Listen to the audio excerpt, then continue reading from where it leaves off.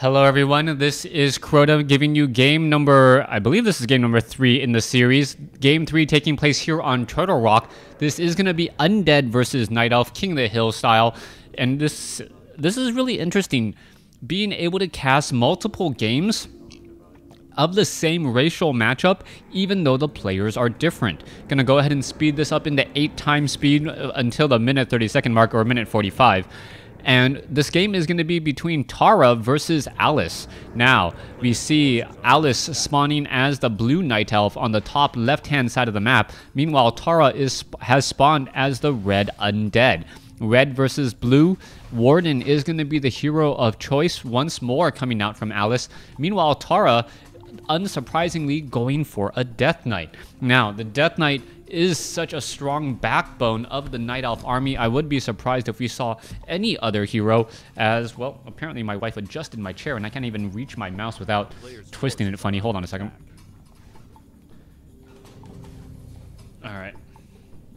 That does feel a little bit better. Hopefully I don't get carpal tunnel.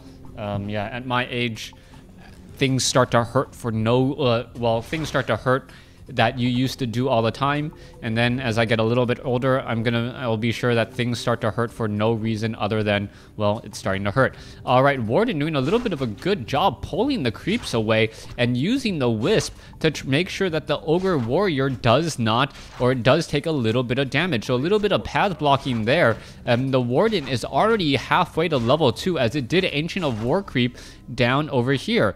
Now, what's important to note is that the Death Knight is already over on the other side of the map, and it has also taken out or decided to go after double siege or double hatchling creep camps. What that means is that Death Knight is at level 2 with 2+3 items. It's going to be the Slippers of Agility and the Mantle of Intelligence this time around. Very, very strong items at the very onset of the game, as it kind of gives you a bit of an advantage. All right, let's take a look. The Warden now is at level 2, has Gauntlets of Ogre Strength +3 and a Ring of Protection to show for herself, and also has taken quite a bit of damage. Now, Alice is going to be forced to drain these Moonwells early on, and that is going to affect how much moon juice these Moonwells have later on as well. That's a bit of a mistake, suffering that much damage early on, as opposed to, say, absorbing it onto an Ancient of War. And we'll see if those bare Moonwells have an effect, at least this first Nightfall. Coming back down over here, Wisp does take a little bit of damage. Meanwhile, a Warden is now making her rounds, is going to end up being spotted by all of these ghouls. And the Warden, I can't believe, actually wanted to try to engage against an army of ghouls here, as the Death Knight could have done a much better job intercepting the Warden. All right, the Warden, is she going to buy, I believe, Dust of Appearance and maybe Boots of Speed? Well, Boots of Speed, definitely. Dust of Appearance has not been purchased, as it is going to be instead of a Staff of Teleportation. And the Death Knight does have Dust, but doesn't really want to use it. Oh, there is the Warden. Uses the Dust. Spots the Warden here as all the ghouls went away. Not exactly sure what that was about. Perhaps we're going to be seeing a Tavern Hero come out shortly. No, we are not. And that was a complete waste of Dust of Appearance. Not exactly sure what Tara was thinking there. As the ghouls were nowhere to be found, the Warden could have been forced to use the charge on the Staff of Teleportation, or at least introduce a cooldown and really get a lot of damage onto that Warden, who was just sitting there shadow melded. So a bit of a misplay there, as the Warden may end up getting surrounded. Wow, the wall's just not closing in fast enough here, as we are looking at the ghouls now trying to get away. The Warden is fairly fast with those Boots of Speed. And even if she does get surrounded, most likely will be able to use not only Blink, but Staff of Teleportation if things do get a little bit crazy. All right, Warden able to just barely slip away once more, as the archers are now looking to take down another creep camp. Now, the Death Knight is doing a good job of preventing that Warden from gaining any additional experience and staying even on level.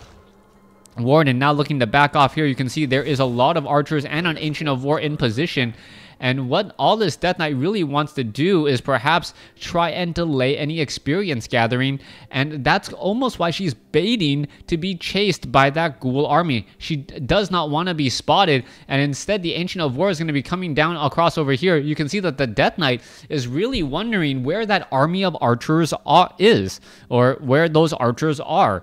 Now, let's take a look at this. The Death Knight now making its way over. You can see a bit of a surround there, but once again, the Warden, the slippery devil as she is, able to slip through all of those units and still make its make a bit of a play. Let's take a look at what's happening here. All right, there is a shadow strike onto the onto that ghoul. That ghoul is just gonna absorb and pull back for just a moment. The shadow strike not really in danger, as we're still playing this game of cat and mouse with Death Knight and Warden. The Warden purposely just aggroing that Death Knight, maybe just taunting like a Tom and Jerry episode. Really is just saying, you know what, hey, what can you do? What can you do? What can you do? I am this slippery little devil who can always get away. There's a detonation there as the Warden now pulls back again. All right, Ancient of War actually taken down, and I believe that was perhaps a big mistake by Alice picking up the items. It will help tremendously taking down the Ogre Warrior. The Warden is sitting at level 2 right now, and there is a ensnare. Archer now getting ensnared down as well. Looks like she'll be able to break free. The Warden still in a little bit of danger. Does have Ring of Protection and Talisman of Evasion, so that is some huge damage mitigation. But the archers are now in a bit of trouble. All right, let's take a look at this. There goes another archer there as the Warden now in full retreat. We should be getting dual Ancients of Lore already. There is the Abolish Magic. There is the Adept training on those bears already, as the Undead clears out this creep camp. Yes, the Night Elf does have a bit of a hero advantage, but it really feels like the Warden is really up the creek without a paddle, so to speak. The Warden did not really do everything she needed to do, ended up losing an early Ancient of War. Not that it was 100% needed, but losing an Ancient of War like that when you're trying to just level up as quickly as possible is always bad news. The Death Knight now coming back all the way down across the map as we are looking at perhaps the Lich aggroing these gargantuan sea turtles. They're going to get taken down very quickly, especially, oh no, -5 armor, as the Dark Ranger now picked up. Undead Tri-Hero. Dark Ranger going to perhaps pick up Orb of Corruption and drop it back off with that Lich. That wouldn't make sense to me. Where is that Dark Ranger going? Is she going to do what I think she's going to do? Yes, gonna go ahead and pick it up and then most likely drop it back off for that Lich in just a moment, making the Lich that much more powerful, as the Dark Ranger most likely wants to hold on to her black arrows, and you cannot have two melee or missile attack effects at the same time. All right, there goes and a giant sea turtle. Let's take a look back down over here. There goes the leveling, level 2 on the Death Knight, level 2 now on the Lich. And with the obsidian statues here, these ghouls seem to be able to just clear out this gargantuan sea turtle creep camp rather easily. Let's take a look back at the mini-map. We are getting bears, we are getting archers and dryads. Tree of Eternity, 47/50 supply compared to 45/50, as we should be setting up an expansion sometime soon. Death Knight selling some items and now has double scrolls of healing to try and keep this army alive. Now, the big issue though is that Tara doesn't have that many units. I only see one Crypt Fiend to his name. And even though, well, here we go. We may see a bit of a creepjack. Bears are here, and that could be very bad news. There's a Shadow Strike onto a giant sea turtle. It looks like the Night Elf didn't want to engage there, even though he had much better positioning, and also I believe an army size advantage, 50/50 compared to 46/50. Yeah, it is definitely there, but now that we are getting in more ghouls and Crypt Fiends, perhaps things are looking back the other way. All right, bears now have been transformed. Archer now taking down Dark Ranger, sitting at level 2. Are we going to see a big engagement here? There goes another ghoul there, as the bears are now chasing down the units.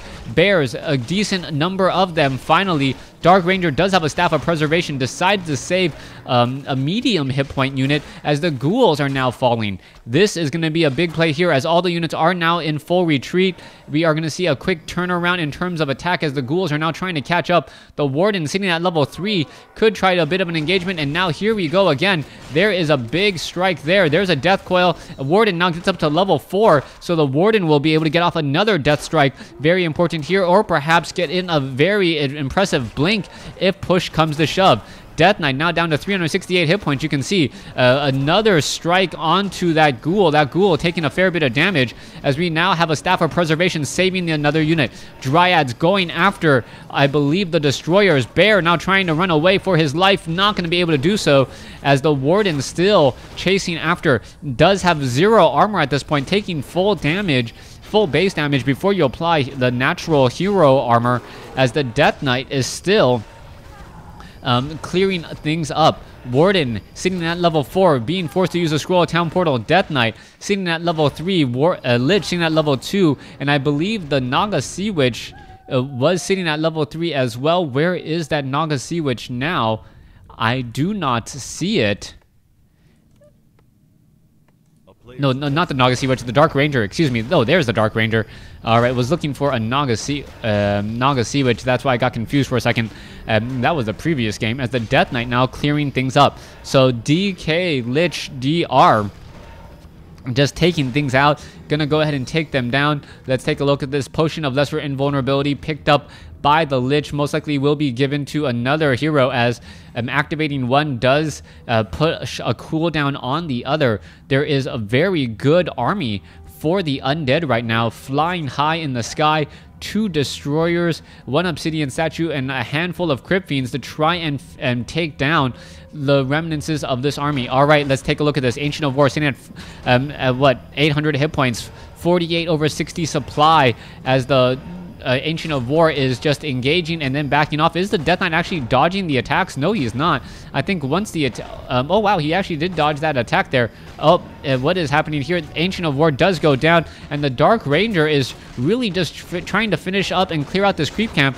There goes that last Troll Berserker. Are we going to see a Scroll of Town Portal? Yes, we are. The Dryads need to get closer. If the oh my goodness, I don't believe, these two of the Dryads were not close enough. That is going to be a huge loss as the Destroyers should be able to really make a big push here. The Destroyers now going after some units. The Death Knight should be able to get off a Death Coil onto some of the lower hit point units, and that is huge. All right, those Dryads finally making its way over there. The Death Knight did get Shadow Strike, Potion of Lesser Invulnerability.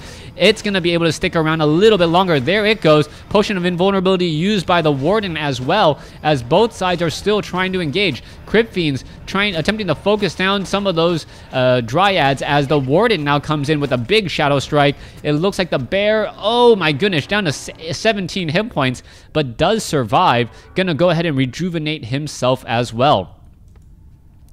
Death Knight sitting at level 3, very low on hit points. Not going to be staying on Blight though. No Obsidian Statues that I can see anywhere, and none being trained either. So this is a rather risky move. The Death Knight needs to figure out a way to utilize this or use this opportunity to his full advantage. The Warden is sitting at level 5. There's an army of Dryads and 1 Bear right now, and that means that we need to see more Crypt Fiends come out. All right, Troll Berserker now taking down a big shockwave going across the majority of the army.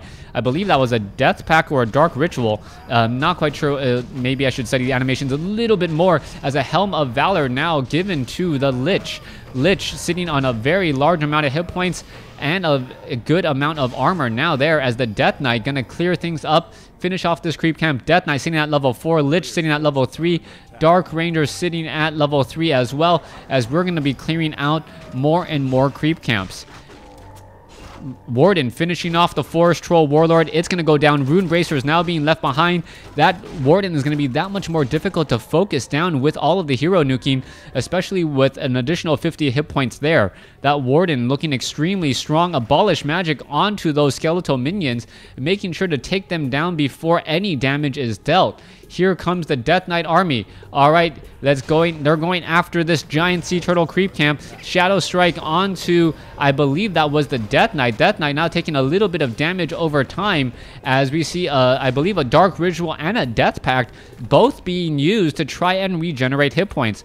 Very, very useful when you can use your secondary skill to either add more mana, and all it is really taking are those skeletal minions.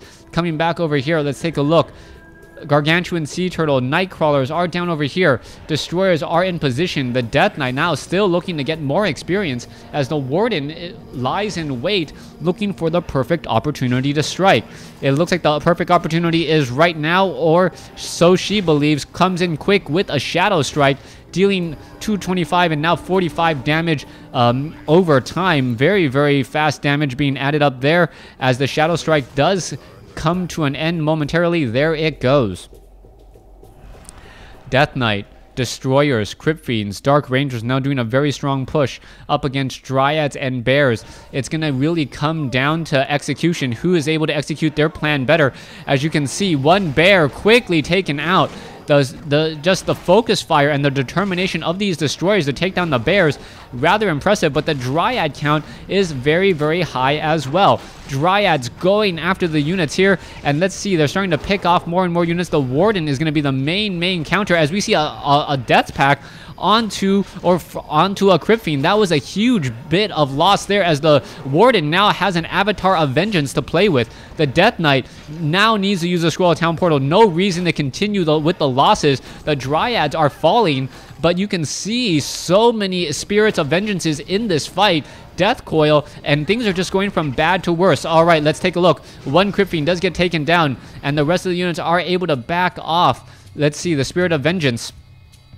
Well, there's that Warden hiding in the backfield. No way to really easily heal. 41 over 60 supply. That is a lot of Dryads as the Spirits now making their way out. A second base being established by the Night Elf player, and that Ninja expansion, if it stays up for long enough, will give his opponent, or will give the Night Elf a 2-to-1 gold advantage and an extra 600 gold a minute. Does have a very, very profound impact. That's like having an additional 2 Bears or a minute if Tara doesn't spot it in time. All right, Obsidian Statues, Ghouls all in play. Still coming back down over here, you can see that the Lich and the Death Knight, their problem is that with so many heroes on the board, yes, you do have the benefit of additional heroes, but your downside is that your heroes level up significantly slower. All right. I may have to pause this game for just a moment. Yep, give me a second.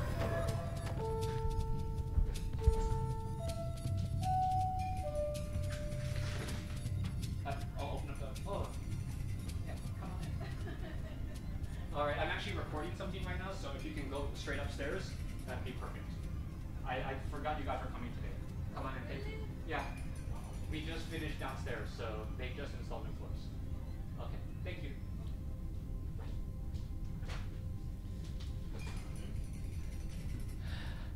All right, sorry for that, and let's just go ahead and continue this. Destroyers, Death Knights, Abominations now making their way off to the north. You can see that the expansion is up over here. The Entangled Gold Mine is about to be done, and now the Tree of Life is going to go ahead and spot this expansion with the help of the Dark Minion. Meanwhile, actually, reverse that. The Dark Minion spotting the expansion, and the Death Knight now realizes how far behind he actually is. Now, come across over here. You can see the Avatar of Vengeance is still alive. The Warden is rather low on hit points, and we're going to be coming into a rather interesting fight in just a moment. Dryads, Bears, Avatar of Vengeance needs to really do a strong push here, and the next battle may be pretty much for all of it.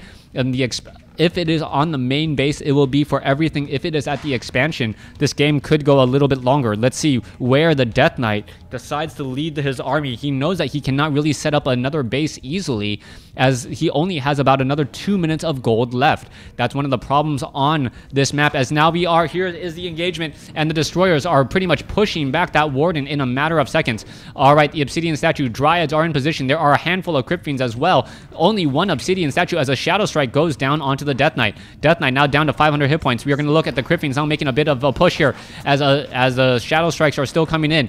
It looks like the Tree of Life is going to be taking a lot of damage here, but you can see that the Crypt Fiends and now all of the units in transit are in a little bit of a problem. There is Silence, the Warden now being forced to back out of that fight. Dryads are pushing very, very strong. Bears are up front. Destroyers are now trying to finish off all the units here as the Warden does or should be placing on another avatar. Not quite sure what she is doing here. She is just constantly fighting in the back here, and she's not really getting much done. This hero is pretty much asleep in the corner as the Death Knight is able to finish off much of the army, and now we're sitting at 45 over 70. All right, we are going to be on equal footing here in just a moment. Warden now tries to get into this front. There is a blink to the back. The Warden is off over there. The Rune Bracers may have saved her as the Death Knight still engaging here. All right, let's go ahead and take a look at this Tree of Life, taking a bit of damage down. Destroyers are down over here. There is a bit of a Shadow Strike, but a Death Pack onto a Crypt Fiend just in time to go ahead and save that there. Big, big play as the Death Knight sticks around, is going to stay alive, and now that Warden, even though it is at level 6, the one-man army not able to push and counter the Undead army. So a bit of a big play there as the gold mines are going to be running out of gold in just a second. All right, Night Elf now out of gold. Standing army 45 over 60. Meanwhile, 61 over 70 for Tara, the Undead. And this is definitely looking good for the Undead. With triple heroes, the Lich, the Death Knight, and the Dark Ranger, the hero count itself does tend to lend its favor towards the Undead army at this point. Now, the Warden doesn't even have that much gold, so cannot constantly buy potions of mana, as the Death Knight, in a little bit of trouble, walks straight into a trap there, as we're now going to turn around. All right, let's go ahead. Let's take a look at this. That Death Knight still pulling back here, back and forth. There are destroyers up in the air. Bears may get taken down. Oh, one bear does go down there as we see a detonation. All right, limited mana. The obsidian statues are in a bit of trouble here as we now see, oh, is that destroyer? No, not going to make it out. It turned into an obsidian, or that, just turned around and just to die there as a potion of lesser invulnerability on the Death Knight. Death Knight now still trying to fight back here. Let's take a look. Bear now going to get taken down, and the Death Knight needs to use a scroll of healing if it wants to stay alive. Very, very low on hit points. There's another Death Pack, and Death Pack may be the key spell in this game, as that Death Knight has been low on hit points constantly, but still able to stay alive. That Death Pack keeping that Death Knight alive for so much, sacrificing Crypt Fiends for 550 hit points, and that was a big, big play. Death Knight still staying alive here. You can see him trying to stay in the back. He does not want to fall prey to a quick blink and Shadow Strike. That could spell problems once more. And let's take a look at the army sizes. 31 over 60 compared to 53 over 70. Death Knight still looking extremely strong. We'll see where that's going to be going here in just a moment. Death Knight now making its way off to the north. The bear trying to hide from the rest of the army. Does have a scroll of healing. Picked up a scroll of town portal as well, as the armies need to re-engage. Tree of Eternity is going to go ahead and try to root and entangle this gold mine, but I do not think that the Undead player is going to allow this to happen. No, not going to allow it to happen at all, as we now see a bit of an engagement once more. Abominations now coming in over here. Tree of Life in position. Destroyers are right there, and the Night Elf cannot engage at this point. This is just a very, very terrible position to be in, and the Dryads may try to position. There is an Abomination right there, though, to try and finish that off, tank a little bit of damage. The Crypt Fiends, the Abominations are all here ready to go, and once this Tree of Eternity gets taken down, that's pretty much going to be it. I believe Alice is waiting for the perfect opportunity to strike. It is not going to come. There's a blink Shadow Strike onto the Death Knight. Death Knight now going to be taking damage over time,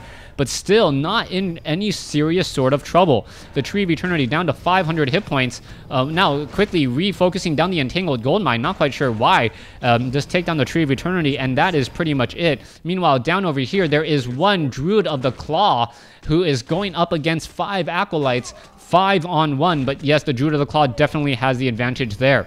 Let's take a look back down over here. The Death Knight, Crypt Fiends, Obsidian Statues, and one Destroyer looking to just pick apart this. As we are looking now, there is a Destroyer in the air as well. That Destroyer gonna end up taking down that Druid of the Claw pretty easily. And now we are looking at the Death Knight now trying to do a bit of a push in. All right, there is no bears that I see, so the Crypt Fiends are pretty much going to go unchallenged. All right, a big Shadow Strike onto the Lich, but we all know what happens there. Death Knight is just going to easily counteract that with a Death Coil to heal him, or yeah, heal it all the way back up. Destroyer is now making its way back around. Bear is off over here as well. And what is going down over here? A Ghoul now trying to make its way back. All right, there is one Destroyer. Oh, the Bear is right there. The Bear is going to try to make its way to take down the Acolyte. Acolyte needs to run. And, oh, Acolyte down to 29 hit points already. There it goes. And the Druid of the Claw should be able to easily take this base down. But with that Druid of the Claw out of position, it looks like the trees themselves are now trying to get in position to try and force a favorable matchup, causing two very narrow walkways. The Crypt Fiends are all right there. The Ancient of Lores are melee, so they can't really engage here. The Dryads, if they try to get within range, will end up falling victim to these Crypt Fiends and their very long range attack. I believe that is pretty much going to be the good game here in just a moment. There is still some mining there. The Bear is going to go after the Acolyte here, and is it going to be able to finish it off? Yes, it looks like it will be able to finish that off. The Warden is now out of position, though, so that means that the main base is completely wide open for the picking, and that is going to be it. With these Moonwells gone, there is nothing else that can really help the Warden to try and salvage this game. You can't even try to outweight your opponent. You can see Staff of Teleportation now coming back in. Where are the units going? There is the Warden trying to finish this off. Is she going to be able to do anything? There's a Shadow Strike onto a Crypt Fiend. There's a Scroll of Healing to try to counteract her. There's a Burrow, but not going to be in time as the Warden is right there. Avatar of Vengeance is going to come to an end. Warden still has plenty of mana. Should be pulling up another Avatar of Vengeance here in just a moment, as the Dryads are now trying to focus down individual units. There are no Destroyers, so those Dryads are now actually actually one Destroyer only, as you see a quickly burrowed Crypt Fiend able to survive just a bit longer. There is some more cold attacks there. That Warden now down. There is the GG as Tara takes game number 3. Thanks for watching. Thanks for listening. Hope you guys enjoyed it.